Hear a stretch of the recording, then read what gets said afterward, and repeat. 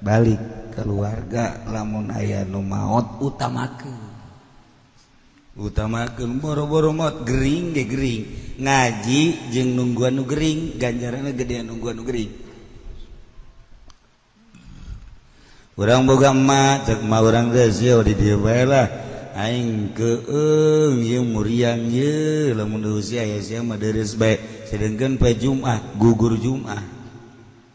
urang maningan nungguan emak wae Jumat teu jeruk loba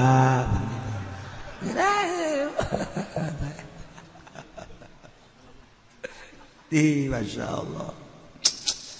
jadi sekali deui mun aya dulur urang nu maot termasuk tetangga guru segera boro-boro maot muriang layak di mana cenah kiai dalilna tah kabeneran ieu batali jeung nu maot sia mah pan sok kajuahan dalil bae dipake tilok dalil melulu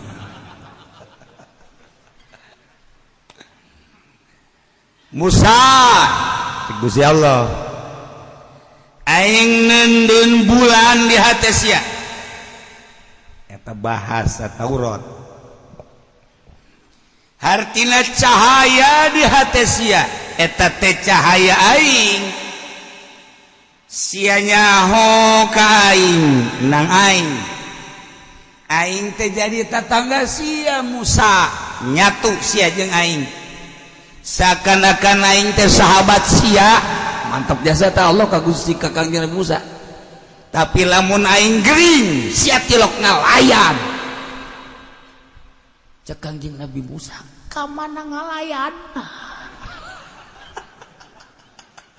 sarua Kangjeng Nabi Musa ge teu paham nya ka Gunung Tursina ngadoa Gusti di dada abdi aya bulan yakna cahaya abdi nyaho ka Gusti ku cahaya Gusti nuduhkeun jelema ku cahaya Gusti jadi titah ku Gusti tapi cak Gusti lamun Gusti muriang abdi kudu ngalayan teu paham ku abdi urang teu paham boro-boro urang nya teu paham aya deui bareng balik ka imah Musa di dada sia di kolbu sia aing nenen bulan yakni cahaya eta teh cahaya aing sia nyaho ka aing ku cahaya aing nang aing sia titah dakwah ku cahaya aing nang aing sehingga cahaya-cahaya aing teh bisa nyaangan makhluk-makhluk aing kulantaran sia nang aing tapi ketika aing muriang sia teh ngalayan ka aing waduh cek Kangjeng Nabi Musa masa si pangeran geri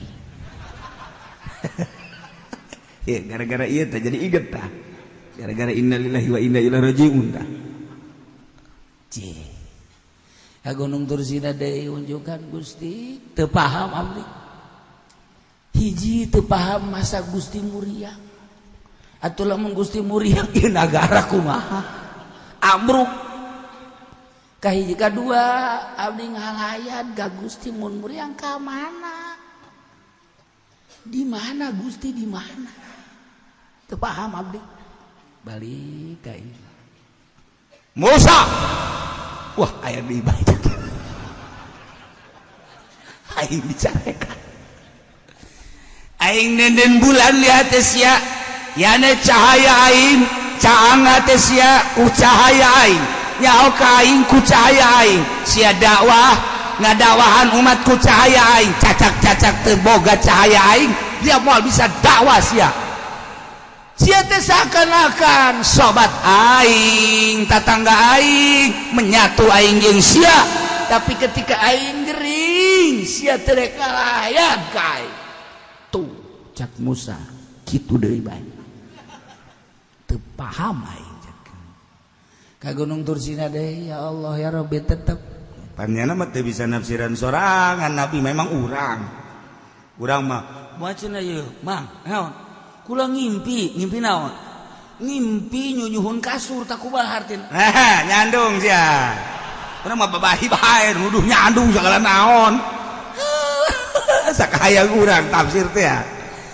teu ilham naon ulah serta tuduh-tuduhna tungtungna nyana nu lain nyandungi nyandung ulah ya mun tegang jeung Nabi Musa makan nungguan wahyu tetep ka gunung Tursina Gusti abdi teu paham ketika Gusti gering Gusti muriang abdi tita ngalayat ka mana oh Musa hamba aing anu selalu taat ka aing peuting hudang tahajud ka aing beurang zikir ka aing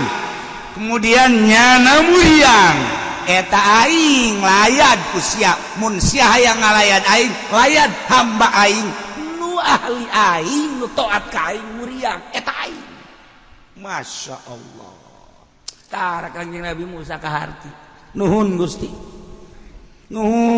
lain jang Kangjeng Nabi Musa jang urang Kangjeng Nabi Musa nama geus paham ye si Udin urang Jati can paham si Junaid urang Cikupa teu paham tah dan si eta mangkeluk eta Kiai di sisi imah gering teu daekeun ngalayat embung kapanggih jeung Allah Ustad gitu gering teu daek ngalayat embung kapanggih jeung Allah guru urang gering tuh di rumah sakit embung ngalayat embung kapanggih jeung hayang kapanggih jeung Allah ketika aya ahli Allah gering layat kapanggih urang jeung Allah Waalaikum Allah sia mah dasar kudu dipantaukeun huluna meureun ngaji teh angel kabisa siapa kitu mah lulu wah ya Allah lain kitu ketika aya hamba aing nu lain ahli aing layat ku sia cuman tafakuran jeung jauhan lamun aya lain ahli Allah layat dulur urang gering layat tafakuran artinya tafakur teh ge di jatilok salat ge horeng gering mah gering banyak tah tafakuran tah asana ya asana lamun aing caranya na teu salat aju geuring aju paeh sieun aing mah tah kos kitu aju rada jauh cicingna ulah deukeut teuing geus tepak ya itu geus kos kitu titahna ka Kangjeng Nabi Musa deui kumaha tuh urang mah ai kalurah ai kabupati beuh sono jasa beuh hayang dibere burung ai giliran we ka kiai lah kiai ye sapira kiai tukang nyarekanan aing paeh ge kajeun kabupati bo mumule lantaran nya sok merean order bae proyek ieu proyek itu bakal dihijikeun ke di akhirat satu bendera Golkar di kamanakeun teh bendera Golkar diiring ka ditu ka mana cenah kieu lalu bawa omong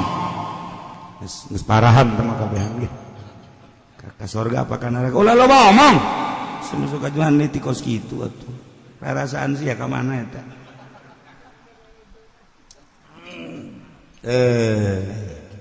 eta gara-gara ieu teh innalillahi wa inna ilaihi nu maotna kiai geus karajan keur ngaji balik sebab naon di ditu seakan-akan hamba Allah aya Allahan geus ngalayat ka ditu di dieu mah ngaji can puguh nyana bareng jeung Allah buat teuing jeung tukang sate jeung tukang wudu jeung macem-macem di ditu geus jelas tuh gambaranana supaya orang cinta ke ahli Allah subhanahu wa ta'ala komo nya kiai nya ustad nya dulur urang atawa nya tatangga utamakan